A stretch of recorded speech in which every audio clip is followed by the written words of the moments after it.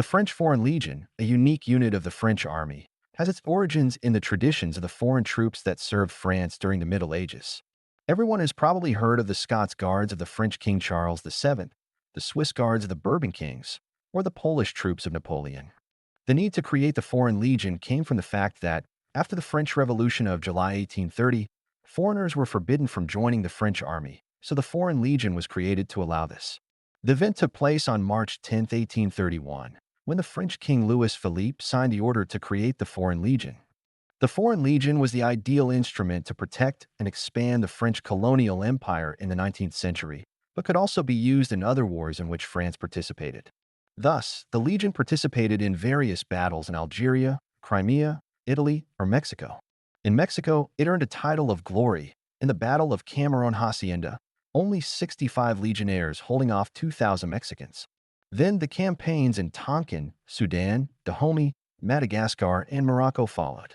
But the Foreign Legion also fought on French territory in the Franco-Prussian Wars in the First and Second World Wars. For 131 years, the French Legion had its headquarters in Algeria, but after the country gained independence in 1962, the Legion was established in other locations, in the south of France, in the island of Corsica, in Djibouti, Madagascar, Tahiti, and French Guinea.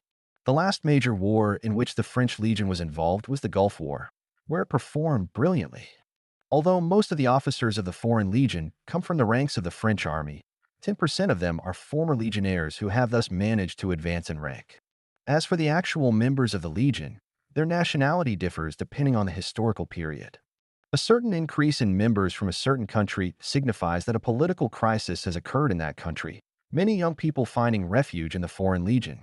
Thus, after the First World War, many Russians joined the Legion due to the coming to power of the Bolsheviks.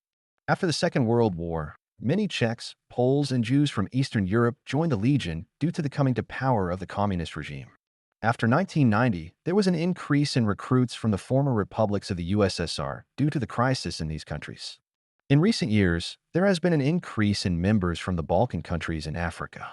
However, apart from recruits who arrive here for economic or political reasons, there has been a hardcore of recruits from two countries since the end of the Second World War, Germany and Great Britain. It is believed that Germans form about 35% of the members of the Legion over the past 60 years.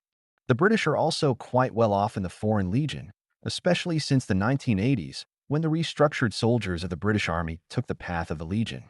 The vast majority of them were former British soldiers who were paratroopers, so the unit they formed in the Foreign Legion was also called 2 Impara, referring to the 2nd Paratroopers Battalion of the British Army.